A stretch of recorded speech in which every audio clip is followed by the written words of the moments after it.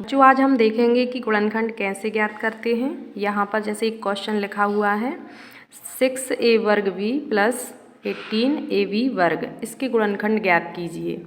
हम क्या करते हैं, सबसे पहले 6a वर्ग b के गुणनखंड ज्ञात करेंगे। इसके गुणनखंड ज्ञात करने के लिए हमें सबसे पहले 6 के गुणनखंड ज्ञात करना होंगे। 6 के गुणनखंड कैसे ज्ञात होंगे, 6 में हम भाग देंगे, किसका भाग जाता है, 2 का जाता है, 2 3 6, फिर 3 में किसका जाएगा, 3 एकम 3। इस तरह 6 के गुणनखंड क्या हो जाएंगे, 2 3 6। तो 6 की जगह हम लिखेंगे 3 गुणित 2। अब a के गुणनखंड, a चूँकि 2 बार है, a पर 2 की घात है, तो ये कितनी बार है, 2 बार a गुणित a। b कितनी बार है, b 1 बार है गुणित b। धन है तो धन, ये धन है तो धन लिखना है। अब हमें 18 के गुणनखंड ज्ञात करना है। 18 के गुणनखंड कैसे ज्ञात करेंगे, भाग देंगे, 18 में 2 का भाग जाएगा, 2 नाम 18, 2 का नहीं जाएगा, फिर जाएगा 3 का, 3 तिरका 9, फिर 3 का भाग जाएगा, 3 एकम 3। इस तरह 18 के गुणनखंड 2 गुणित 3 गुणित 3, 2 गुणित 3 गुणित 3, ये हो जाएंगे 18। 2 3 6, 6 3 18। अब हमें a के गुणनखंड, a चूँकि एक ही बार है गुणित a, b कितनी बार है, b 2 बार है, b गुणित b। गुणनखंड ज्ञात करने के लिए अब हमें देखना है कि आगे वाले व्यंजक और पीछे वाले व्यंजक में क्या क्या कॉमन है, मतलब क्या दोनों में आया है। तो हम देखते हैं कि 3 2 दोनों में है, 3 गुणित 2, एक बार a दोनों में है और एक बार b दोनों में है, तो इसको हम आगे लिख लेंगे। अब जो बचा हुआ शेष है दोनों का हमें कोष्टक के अंदर लिखना है। 3 गुणित 2 हम बाहर लिख चुके हैं, a और b भी बाहर लिख चुके हैं, तो क्या बचा है, एक केवल a बचा है, तो ये हम यहाँ लिखेंगे। फिर धन, पीछे वाले व्यंजक का क्या बचा है, पीछे वाले का 3 और 2 बाहर निकल चुका है, एक a एक b भी बाहर गया है, क्या बचा, 3 और b बचा है, 3 और b। इस तरह ये ब्रैकेट में कॉमन आ जाएगा। आगे जो संख्या लिखी हुई है उसका गुणा कर लेंगे, 3 दूनी 6ab, 6ab ब्रैकेट में क्या आ जाएगा, a धन 3b। इस तरह हमारी ये गुणनखंड प्राप्त हुए।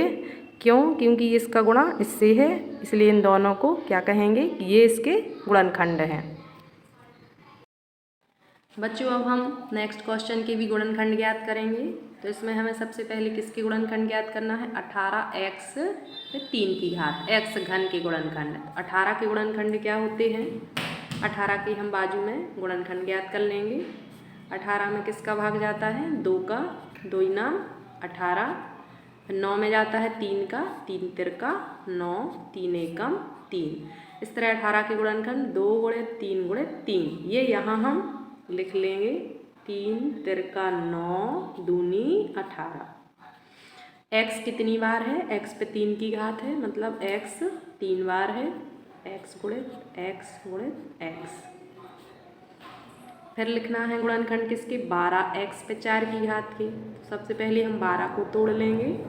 12 के गुणनखंड, 12 में किसका भाग जाएगा, 2 का, 2 6 12, फिर 2 का, 2 3 6, 3 एकम 3।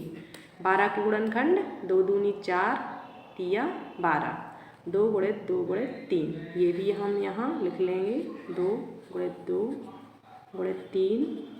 और x कितनी बार, 4 बार, x पे 4 की घात है, इसलिए x 4 बार। अब लास्ट वाला जो पद है माइनस के 10x वर्ग, तो 10 के भी गुणनखंड, तो 10 के गुणनखंड क्या होते हैं, 5 दूनी 10, 2 का भाग 2 पंचे 10, 5 एकम 5, 10 के गुणनखंड 2 पंचे 10। तो यहाँ ये भी लिख लेंगे, 2 गुणित 5, x कितनी बार, 2 की घात है, इसलिए x 2 बार आएगा। इस तरह गुणनखंड ज्ञात करने के बाद अब हमें ये देखना है कि तीनों में क्या चीज़ कॉमन है। हम देख रहे हैं तीनों में 2 है। अगर 3 देखेंगे तो 3 2 में तो है पर पीछे वाले में 3 नहीं है। पर हमें ऐसी चीज़ चाहिए है जो तीनों में कॉमन हो। तो तीनों में क्या है, 2 है और x है। x कितनी बार आया है तीनों में, ज़्यादा से ज़्यादा, तो इसमें 2 बार है, इसमें 2 बार है, इसमें भी 2 बार है।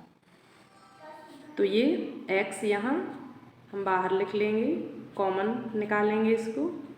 अब जो शेष राशि बचती है उसको हम ब्रैकेट में लिखेंगे। इसके एक 2 बाहर निकल गया, 2x बाहर निकल गए, क्या बचेगा, 3 त्रिका 9। x कितने बचेंगे, 1x बचेगा। 18x घन में केवल 9x बचेगा, ये आगे कॉमन निकल गया है।